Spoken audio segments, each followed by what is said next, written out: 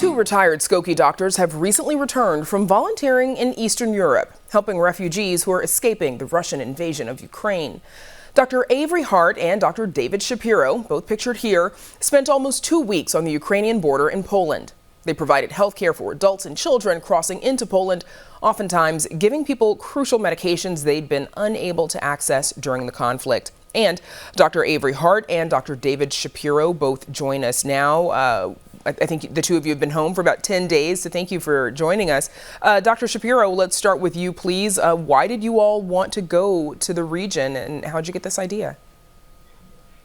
Well, quite honestly, Avery called me on a Sunday morning and said, "David, want to go to Poland?" And I said, "Sure." We're both sitting home, not with nothing to do, but retired and not with a lot to fill our time prospectively.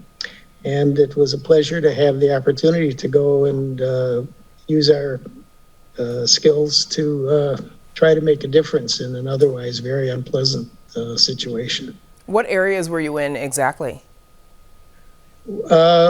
We were stationed mostly in a refugee care center in the city of Przemyśl, which was about 5 miles from the border, in a medical clinic there. And we also spent about 3 days in a medical clinic immediately at the border run by SSF, which was a different organization. And so you've shared some photos with us. We have one in particular of a makeshift pharmacy. Dr. Hart, what were the medical needs that you all saw there? Well, in the adults, we saw a lot of people who had not had access to their medications for various reasons.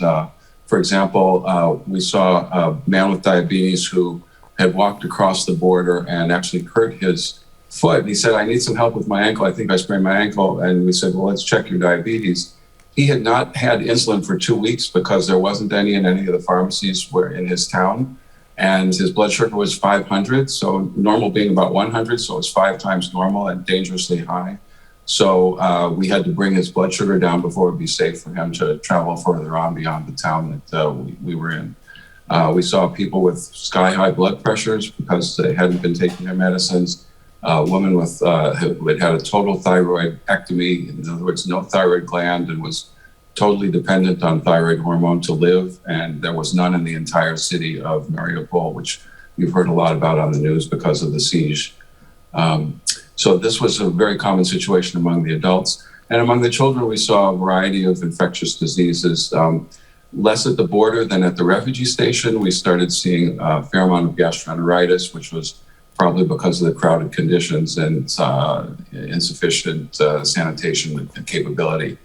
So that was a developing problem among the children that we saw at the refugee center. Dr. Shapiro, we have a picture of a refugee center as well. Tell us a little bit about what other kind of services besides medical care people were able to access there.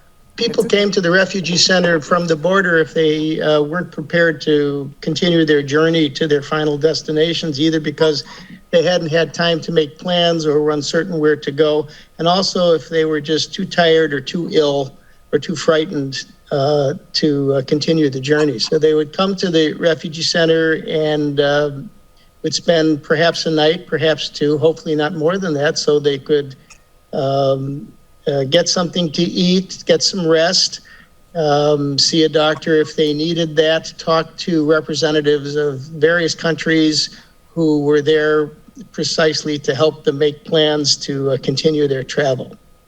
Now, among the photos that you all shared with us, we've got a photo of a couple. Dr. Hart, who are they and what is their story? Right, so this elderly couple, these are Victor and Tatiana. They're from the Ukrainian town of Severodonetsk, which is in the Luhansk region, which is a very hot area in terms of conflict in eastern Ukraine. They actually stopped at the tent, the medical tent, just for a blood pressure check, and their blood pressures were okay, but they were very shaken up psychologically. They wanted us to bear witness to their story, so I'm glad you're asking. And then that was that the day before, their residential neighborhood had come under attack by Russian artillery and rocket fire, and their house was destroyed. Miraculously, they escaped alive and uninjured. They headed west and crossed the border into Poland, and that's where they took the photo here. They were waiting for their daughter, who lived in Frankfurt, to drive to the border to pick them up and take them to Germany. And this was something we actually saw quite a bit, was the so-called Ukrainian diaspora in Europe, that people oftentimes had friends and or relatives in various countries around the continent that would take them in after they got past the border crossing. Dr. Shapiro, what was it like for you to be able to see the international community coming together to support the folks who are running from their homes in Ukraine? Well, I think the entire effort depended on these people. Non-government organizations, NGOs, who were primed to respond to emergency situations like this on short notice, who came to pitch tents, offer services, and create a community amongst themselves. Also, individuals from all over Europe and some from the United States who simply dropped what they were doing and, without having a particular task or a particular organization to work, showed up on site and said, okay, we're here, what can we do? And would end up serving food, cleaning floors, sorting mountains of donated clothing, supplies, and especially medications, so they would be available for use. And it really was the collective effort that made it possible to succeed. Dr. Hart, one of the last pictures that we have is a man playing the piano. What was his story? So this is another example of what David was just talking about people with whatever skills they had coming to the border and applying those skills to the problem. Actually, I was in one of the medical tents early in our stay, and I heard piano music, and I was puzzled. Where's that coming from? So I stepped out of the tent, and I saw that David Martello, pictured in the photo, had towed his grand piano to the border, and he had set it up right across from where the refugees, as they crossed the border, were waiting for buses to take them to the refugee center or the railway station. And he played for hours on end, and he continued playing every day after that. He was there day after day playing the most beautiful, soothing, calming piano music, just to lend an air of civilization to the situation and to calm folks as they waited for their bus. Yeah, a small step that I'm sure made something of a difference for the folks who were there. That is where we'll have to leave it. Dr. Avery Hart and Dr. David Shapiro, thank you for joining us. Thank you.